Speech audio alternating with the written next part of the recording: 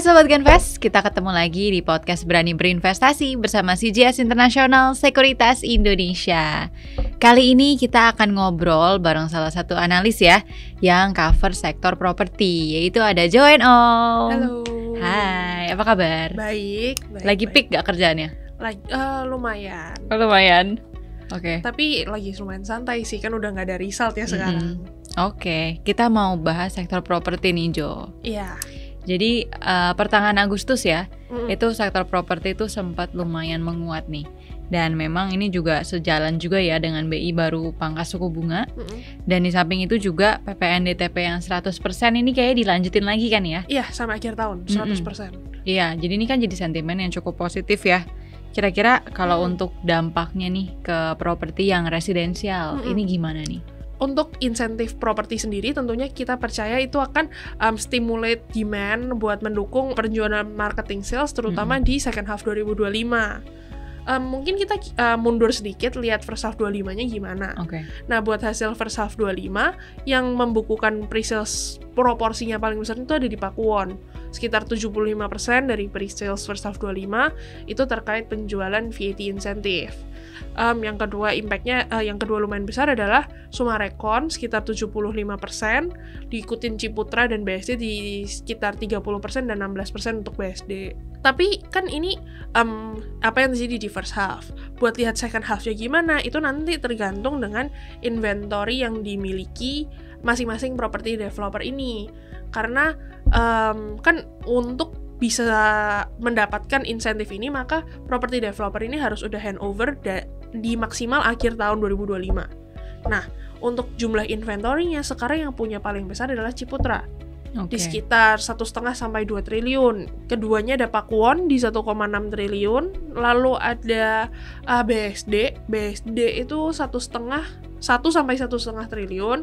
Dan Sumarekon ada sekitar 500. Oh, Sumarekon paling kecil? Iya, 500 miliar. Ini keseluruhannya kan ya, nilai dari properti yang mereka nilai punya. Inventory yang mereka punya yang bisa udah ready buat VAT tadi? Iya, yang bisa di handover di akhir tahun ini.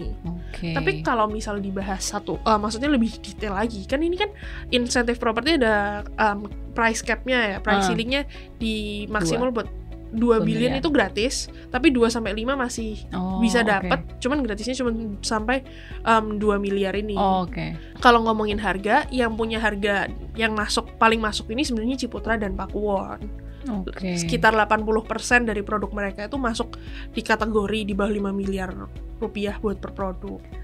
Tadi sempat singgung tentang marketing sales ya.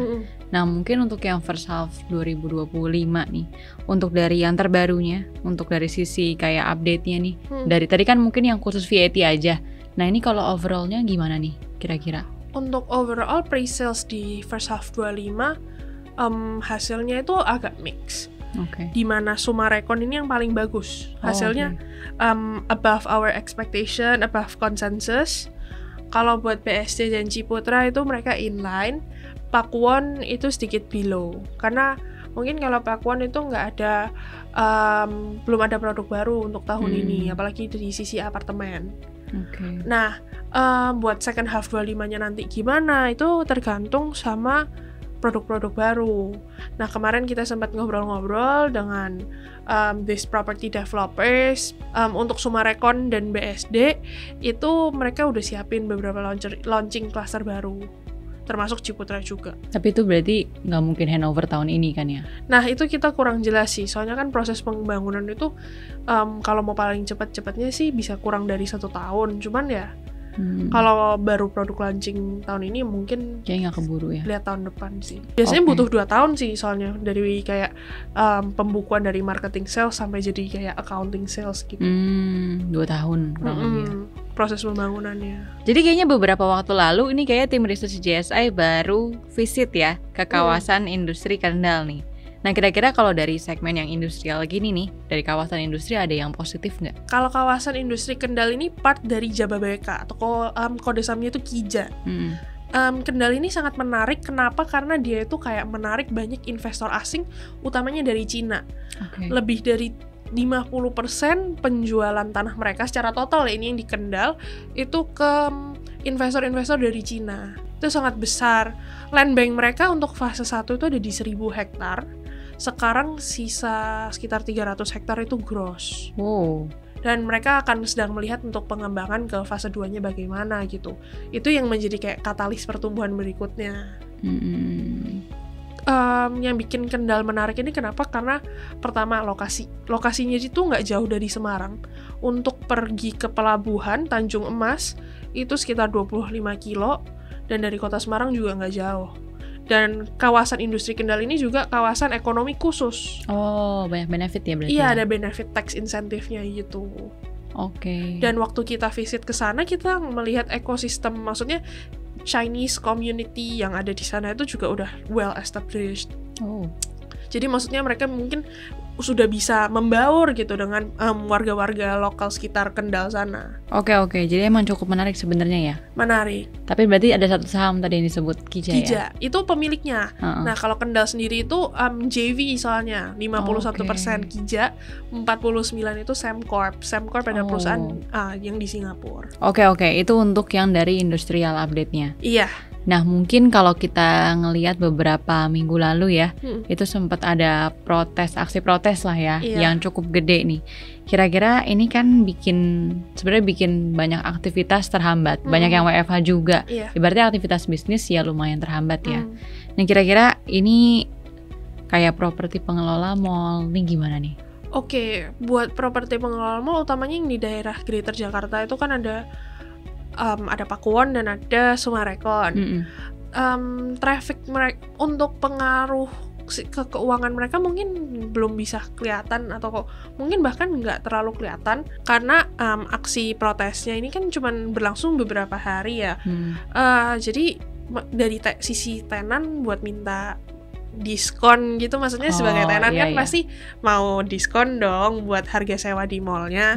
Tapi karena yang menghambat aktivitas ini cuma beberapa hari, jadi ya mereka juga nggak bisa minta diskon seperti apa yang terjadi waktu COVID gitu. Karena waktu COVID kan ada PSBB, jadi bener-bener mall itu bisa dikatakan setengah tutup, orang nggak bisa beraktivitas. Kalau sekarang kan cuma terganggu aktivitasnya, nggak terlalu gitu. Dan misalnya kayak kalau ada mall Sumarekon gitu, dia menyebutkan trafficnya itu baru nggak turun signifikan, masih oke. Dari sisi food trafficnya, dan bahkan ada satu mall di Bandung itu malah trafficnya naik. Karena kebetulan di Bandung sedang mengadakan event gitu, jadi lebih menarik masa gitu buat visit ke mallnya. Kalau ngomongin mall-mall Pakuwon, yang di daerah Jakarta nggak kena.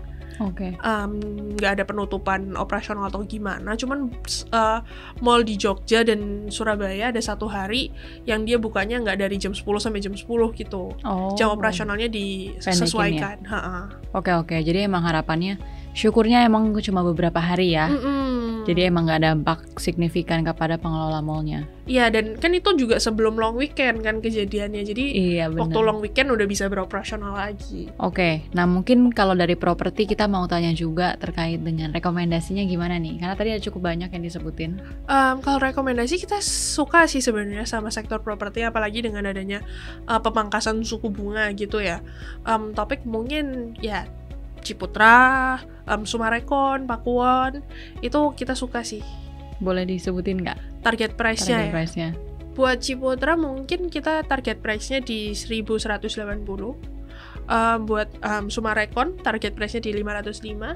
Dan buat Pakuwon target price-nya di 475. Kita sebenarnya juga suka sama BSD target price-nya di 845. Mungkin kalau BSD udah lewat ya target price-nya kita. Tapi secara fundamental sektornya menarik, terutama dari sisi valuasinya sudah cukup murah. Mungkin average sektor PI-nya itu sudah di bawah 8 sekarang. Historicalnya? Historicalnya biasanya di 10 kalian. Ya berarti udah cukup murah sih sebenarnya sekarang. Iya, di diskon sih. Dan katalisnya lagi oke banget. Ya lagi maksudnya lagi ada story-nya karena pemangkasan suku bunga tadi. Oke, mungkin itu ya update-nya teman-teman. Thank you Jo udah kasih update. Thank you. Jangan lupa mungkin bisa banget dicatat ya untuk tadi target price-nya dan kira-kira rekomendasi yang kayak apa. Jadi mungkin untuk sektor properti itu update-nya masih cukup menarik sih ya teman-teman. Nah mungkin itu aja dari kita. Terima kasih banyak untuk teman-teman yang udah nonton sampai habis. Jangan lupa untuk like, komen, dan subscribe channel YouTube kita di CGS International Sekuritas Indonesia. Kalau nggak mulai dari sekarang, kapan lagi? Bye!